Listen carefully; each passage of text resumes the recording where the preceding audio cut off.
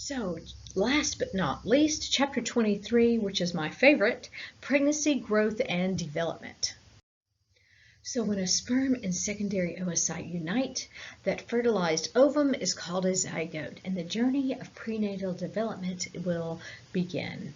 After about 38 weeks, cell division, growth, and specialization into differentiating distinctive tissues and organs when we're going to have a new human finally enter the world between 38 and 40 weeks. So humans then will grow, develop, and of course, as soon as we're born, we begin to age.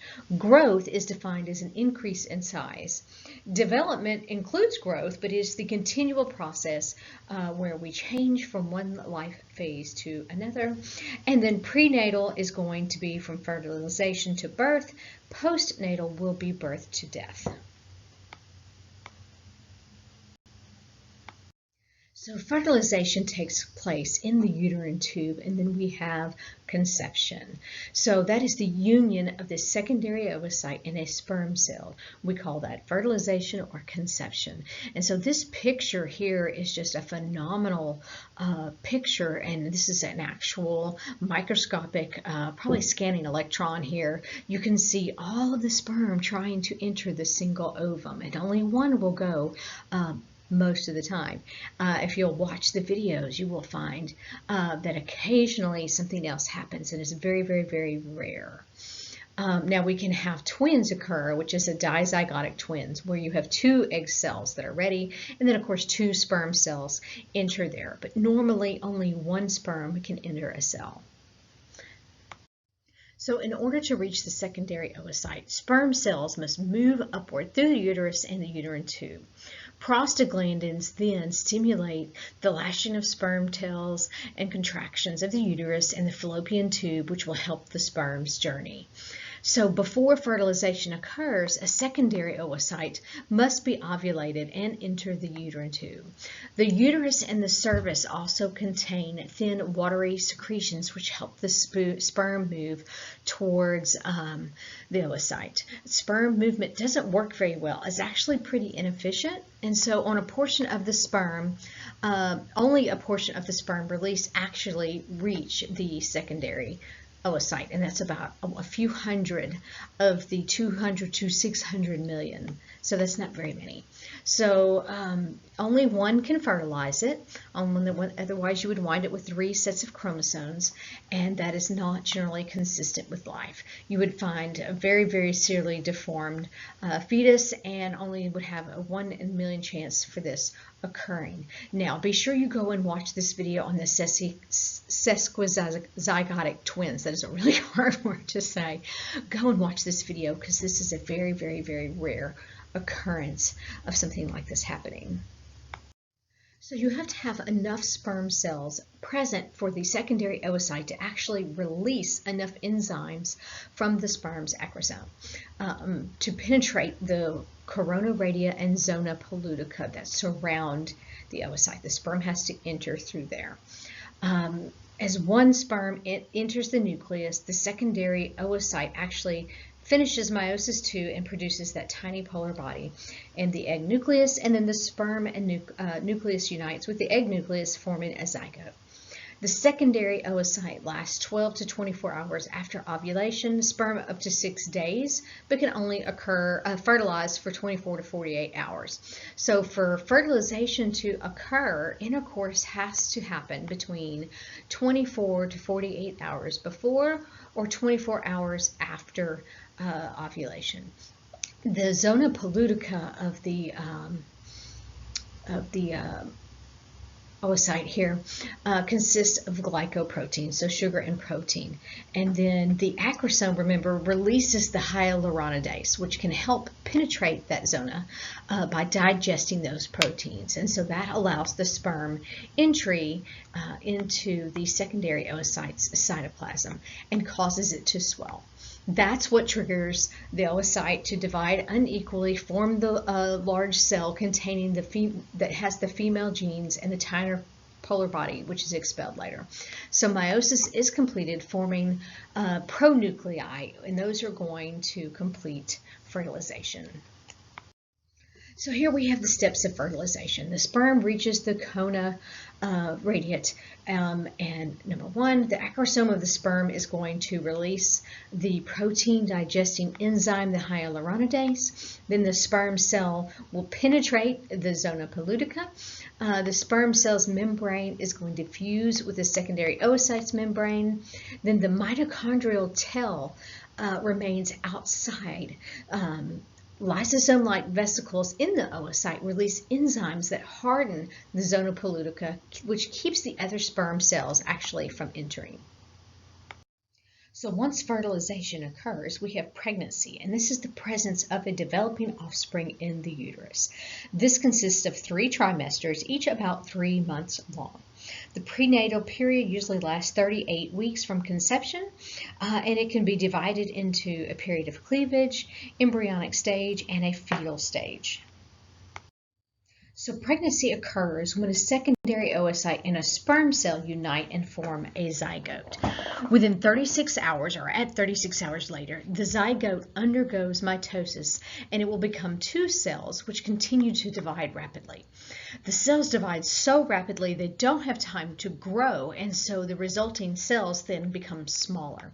So the rapid cell division and distribution of the zygote cytoplasm is what we call cleavage. And then the cells that are produced during cleavage are blastomeres. Okay, so here on the left in A, we have a ball of cells that is the cleavage embryo. You've got the secondary oocyte with some follicular cells and sperm cells. And the 2-cell stage is what's here in the middle, and C is a solid ball that we call the morula stage. So the massive cell then moves through the fallopian tube to the uterine cavity. This is assisted by wave-like contractions, peristalsis, that occur partially due to cilia on the epithelium lining as well. They help move as well. Secretions from the lining provide nutrients for the organism. After about 3 days, the solid ball, the morula, is going to reach the uterus and stay unattached for 3 days as cell division continues. We have the zona pellucida, which degenerates and forms a hollow ball of cells, and we call that the blastocyst. After the first week of development, the blastocyst implants in the lining, which is the endometrium. The cells are of a pluripotent stem cell type, and they can give rise to many types of cells and make more stem cells. Cells group in one area forming an inner cell mass, and that is what becomes the embryo. The remaining cells from the wall of the blastocyst develop into structures that assist the embryo and produce HCG, human chorionic gonadotropin. This aids in maintaining pregnancy and stimulates hormones which form the placenta. The blastocyst also grows extensions into the uterine lining during implantation, and that occurs about the 2nd week of development. The placenta is very, very vascular and functions to provide nutrients, gas, and waste exchange. So about the 6th day of development, the blastocyst here contracts the uterine wall, and the blastocyst then here in B, you can see, actually begins to implant in the uterine wall, and then we call it a trophoblast, and then it will secrete HCG. Down here is a light micrograph of a blastocyst, and you can see the endometrial lining of the uterine wall as well.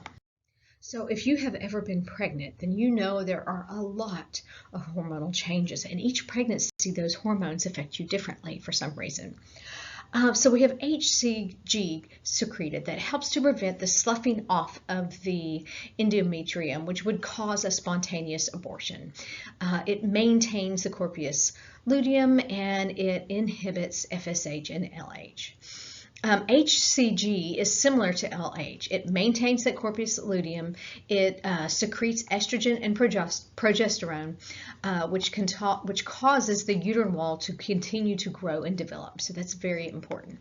HCG also inhibits the release of FSH from the anterior pituitary, and LH, because that is what will stop the normal reproductive cycles.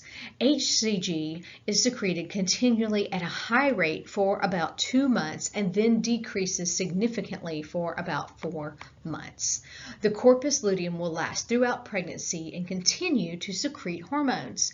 The placenta later on will take over some secretion of things like estrogen and progesterone, and that helps maintenance of the uterine wall.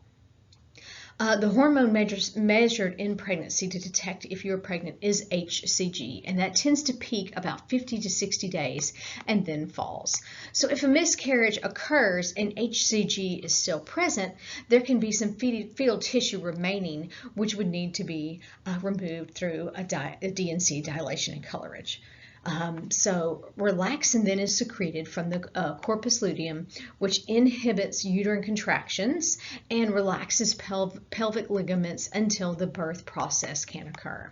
Relaxin also relaxes connective tissues of the pubic symphysis and the sacroiliac joints to allow passage of the fetus through the birth canal. So technically, when people say someone's hips spread out, we're not just talking about weight gain.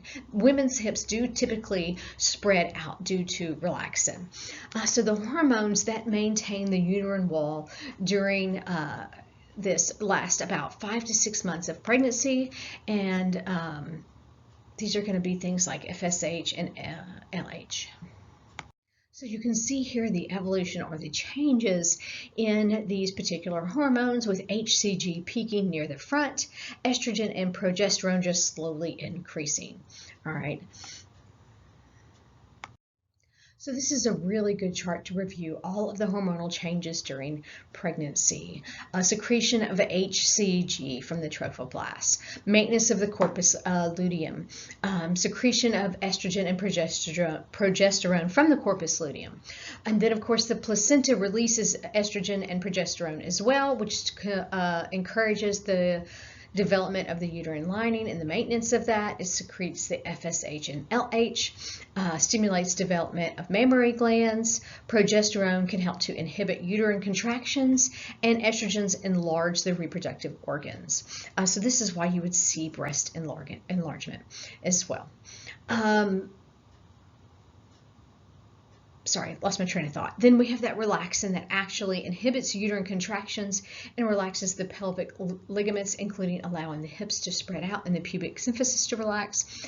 The placenta is going to secrete what we call placental lactogen, and that's going to further stimulate breast development. And then we have some aldosterone and parathyroid hormone that helps to regulate sodium and calcium levels. So a woman's body has to keep up with the increased requirements for growing offspring.